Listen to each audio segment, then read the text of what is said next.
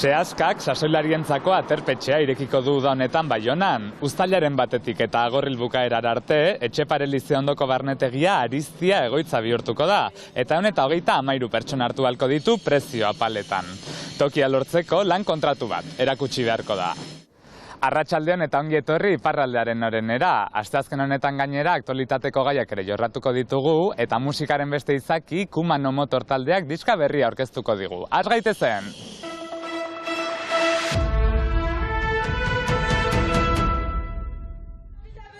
Biarritzen LGBTIQ+ militante batzuek erasoak salatu dituzte Harrotasunaren martxaren egunean.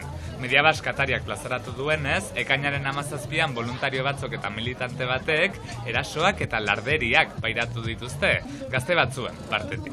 Zehazki, herrixka desmuntatzen ari zirela arrautzak bota zizkieten voluntarioei, eta martxatik irtentzen militante bat ere jarraitu zuten karrikatik.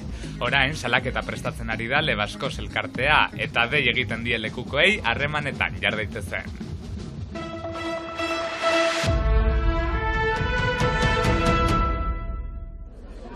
Urtero 15.000 udako langile baino gehiago egoten dira iparraldean.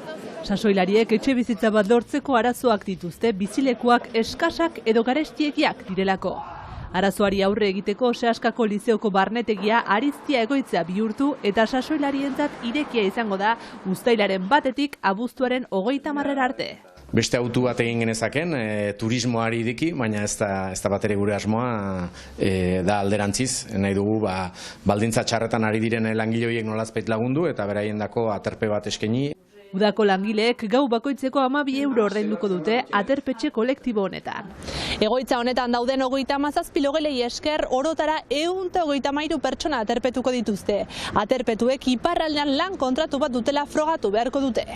Hala ere kasu eginen dugu, langileak izan behar dira, aterpe hartuko dutenak, ez dugulako nahi turistak etor daitezen toki merke gisa baliatu dezaten, eta iruditzen zaigu prezio merkean eta sekulako aukera dela eta baliatu izanen dela.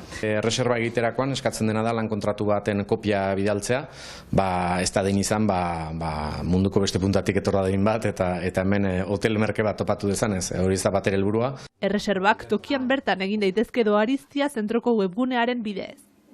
Jakin behar da iparraldean aitzindaria den proposamen honek harrera ona izan duela erakundeen artean. Egiarran aski beran hartu dugun erabakia da, eta Seaskako batzorde eragileak erabakitako ideia bat da, eta aipatu dugu bai Akitanian, bai estatuko ordezkariekin, bai elkargokoekin, eta denek biziki ideia ona bezala atxeman dute, eta eskertu dute halako iniziatiba bat hartzea, eta laguntzea, nolazpait aterpe eta etxe bizitzen arazoari atera bideak atxematen. Borain espero duguna da, funtzionatuko duela, eta jakinen dela, eta uda hontan beteko dela. Jakin beharrekoa da Baiona erdigunean oinordetu duen eraikin batean Seaska ikasleentzat eta udako langileentzat zuzenduriko 16 etxe bizitza eraikitzen ari dela.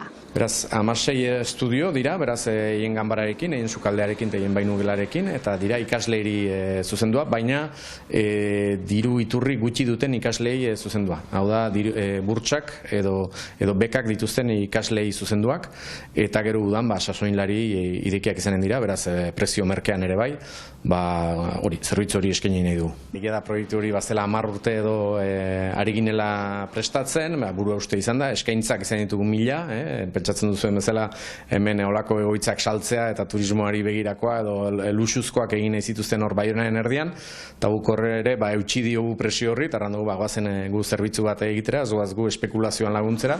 Eraikinak irailean ateak irekiko lituzke.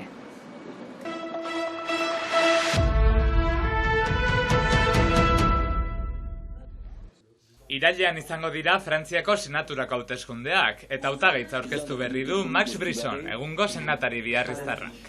6 urtetan lurraldeari loturik jardun duela azpimarratzen du. Le sénateur de terrain, il a les pieds dans le terrain, et aujourd'hui les sujets de sénatorial sont des sujets qui concernent nos concitoyens à travers les maires. Senatuan lantzen diren gaiek herritarrei eragiten dietela dio, auzapezen bitartekaritzarekin. Bere bilanean, hezkuntza edo emazten eskubidei buruzko proposamenak, tokiko hizkuntzen molak legea bultzatzea edo etxebizitzari buruzko galderak kontatzen ditu. Gure herrien indarra izeneko zerrenda aurkeztu du, tartean Beñat Kaxno, Ioldiko auzapeza duela. Herrietako hautetxiak entzunak ez direla, deitoratzen du. Orain ikusten ditugun lege berri horiekin eta ikusi dut eta ikusten dugu anitz auzapez ez direla ados. Beren ideiak ez dira kundutan artiak, eta ikusten dugu, zonbait urte honetan, gero eta gutio jende gazte nahi utela okupatu herrietaz, eta hori berda geldiazi. Edo bestenaz, herri tipi guziak, eta frango herrik emeki desagertuko dira. Boterearen deszentralizazioa ardatz hartuta, kanpaina tradizionala egingo dutela aipatu dute. Hots, publizitate edota polemikarik gabe. Halakorik egin beharko ez duena azkenean Jean-René Etxegarai, Baionako auzapez eta Euskal Hirigun Elkargoko presidentea da. Aste honetan jakitera mandu ez duela bere buru aurkeztuko, zurrumurruek zioten bezala, eta beraz ez ditu egun dituen karguak utzi beharko. Denis Sanpe, egungo senatari biharnesak osatuko luke zentroko zerrenda hori. Eta azkerrean, Fredegik Espainiak sozialista kontaktuan da, gainontzeko alderdiekin.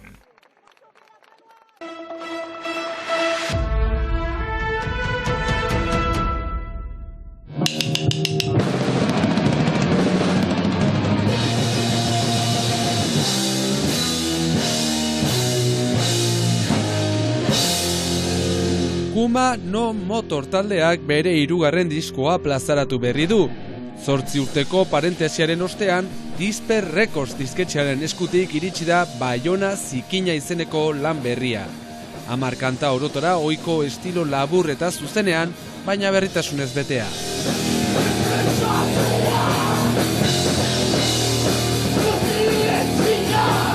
Izan da pausa aski luze bat, eta horrek denbora eman digu disko hori aski manera kontzientean egiteko, denbora hartzeko zer egin nahi genuen, zer musika landu nahi genuen eta zer hitz idatzi nahi genuen ere pentsatzeko.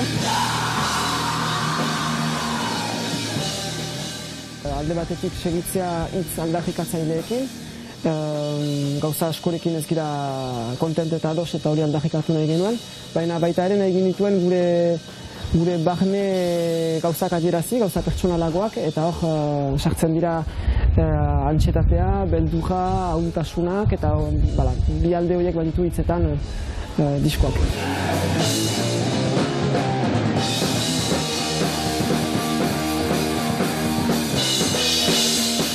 Musika aldetik zerbait ilunagoa egitea, ez berbada hain dantzagarria, ilunagoa, eta beraz hor sartu ditugu pasarte astunagoak, motelagoak, metalagoak, unbait.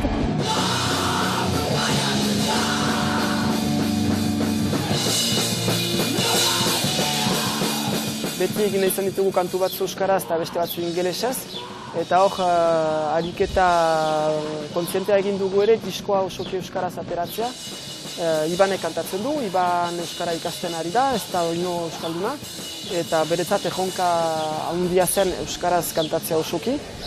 Hitzak idatzi ditu frantsesez edo ingelesez, matxineketanik itzuli ditugu, eta itzultzerakoan kontuan hartu behartzen, berak jadanik bazekiela nun kantatuko zuen, zenbat silaba zelekutan, eta beraz itzulpena aldetik izan da olako joan etorri bat Ibanekin, albezain ongi kokatzeko hitzak.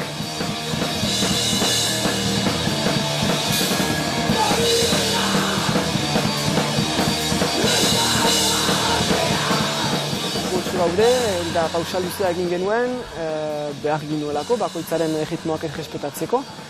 Eta erabaki genuelarik 3. disko bat ateratzea, sartu gira olako oldar batean, diskoa sortu dugu, grabatu, orain ari dira kontzertuak emaiten, eta guk sentitzen dugu bai olako berpizkunde bat bezala gure baitan, eta kriston gogoa segitzeko eta kontzertuak emaiteko. Eta datozen asteetan izango dugu aukera hirukote lapurtarra holtzan ikusteko. Besteak beste, ekainaren 27an Miarritzeko Atabalen, aste horretan bertan EHZ Festivalean, uztailaren 14an Oñatin eta irailaren 30an Urruñan. Ikusentzuleok Kuma No Motor taldearen doinu gogor eta azkarrekin utziko zaituztegu. Arratsalde ona izan eta bihar arte.